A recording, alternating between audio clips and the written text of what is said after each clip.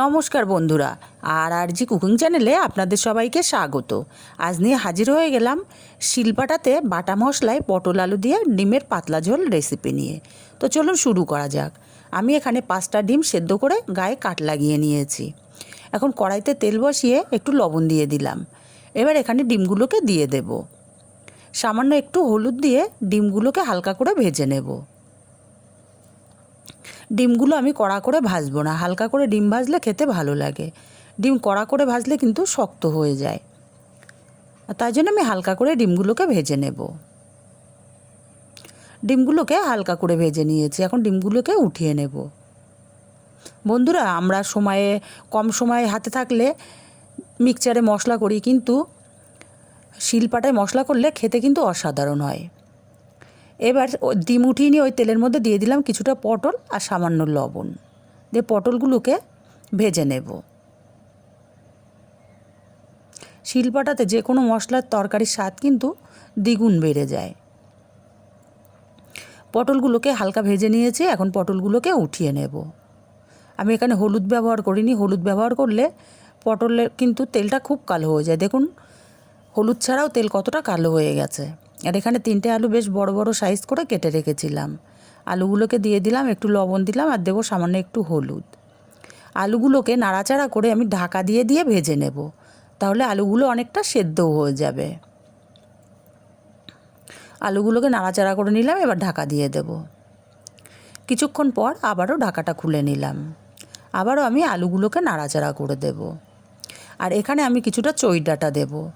এটা পুরোটাই অপশনাল, তবে যাদের ঠান্ডার ধাত থাকে চই ডাঁটা দিলে কিন্তু অনেকটাই ঠান্ডা কমে। আবারও ঢাকা দিয়ে দিলাম। আবারও কিছুক্ষণ পর ঢাকাটা খুলে নিলাম। আমি মাঝে দুবার ঢাকা খুলে আলুগুলোকে নাড়াচাড়া করে দিয়েছিলাম। আলুগুলো বেশ লাল লাল করে ভাজা হয়ে গেছে। এখন এই আলুগুলোকে উঠিয়ে নেব।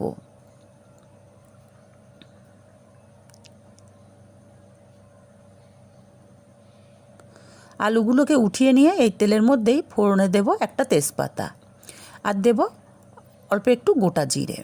ফোড়নটাকে কয়েক সেকেন্ড ভেজে নেব। সুন্দর একটা মিষ্টি গন্ধ বেরিয়ে গেছে। এবার দিয়ে দেবো একটা পেঁয়াজ কুচি। আমি ছোট সাইজের একটা পেঁয়াজ কুচি করে রেখেছিলাম।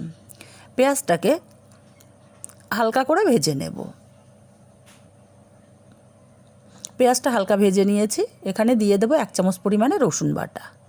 রসুন বাটাটাও কষিয়ে নেব যতক্ষণ না রসুনের কাঁচা গন্ধটা চলে যায়। রসুনটাকেও কিছুক্ষণ সময় নিয়ে ভেজে নিয়েছি। এবার এখানে দিয়ে দিচ্ছি একটা টমেটো কুচি। আমি ছোট একটা টমেটো ছোট ছোট করে কুচি করে রেখেছিলাম। এখন টমেটোটাকে কষিয়ে নেব যতক্ষণ না টমেটো গলে যাচ্ছে। দেখুন টমেটোটাও গলে গেছে। এখন এখানে দিয়ে দিলাম অল্প একটু কাশ্মীরি লঙ্কার গুঁড়ো, 1/2 চামচ হলুদ গুঁড়ো, দিয়ে দেবো কাঁচা লঙ্কার আদা বাটা। আমি 6টা কাঁচা লঙ্কার 1/2 ইঞ্চি আদা একসাথে বেটে রেখেছিলাম। আর দিলাম ধনে আর জিরে বাটা। 1 চামচ ধনে আর 1 চামচ জিরে একসাথে বেটে নিয়েছিলাম। ভালো করে মশলাটা কষিয়ে নেব। মশলাটা বেশ কিছুক্ষণ কষিয়ে নিয়েছি। এখন এখানে অল্প একটু জল দিয়ে দিচ্ছি। জল দিয়ে মশলাটা আমি আরও কিছুক্ষণ কষিয়ে নেব, মশলা থেকে তেল ছেড়ে আসা পর্যন্ত। মশলা থেকে তেল ছেড়ে দিয়েছে। সুন্দর মতো মশলাটা কষিয়ে নিয়েছি। এখন এখানে দিয়ে দেবো ভেজে রাখা পটল আর আলুটা। পটল আলুটাকে মশলার সাথে একটু নাড়াচাড়া করে নেব, যাতে মশলাটা কড়ার নিচে লেগে না যায়। পটল আলুটা নাড়াচাড়া করে নিয়েছি। এখন এখানে দিয়ে দেব স্বাদ মতো লবণ। লবণটা দিয়ে পটল আলুটাকে মশলার সাথে কষিয়ে নেব মিনিট 5 সময় নিয়ে। এতে করে সব মশলাগুলো কিন্তু পটলগুলোর মধ্যে ভালো মতো ঢুকে যাবে। পটল আলুটা ভালো মতো কষিয়ে নিয়ে এবার দিয়ে দিচ্ছি জল। আমি একটু ঝোল করব, তাই জলের পরিমাণটা একটু বেশি দিলাম।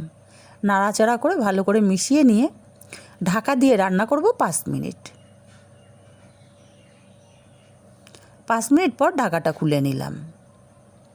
একটু নাড়াচাড়া করে দেব।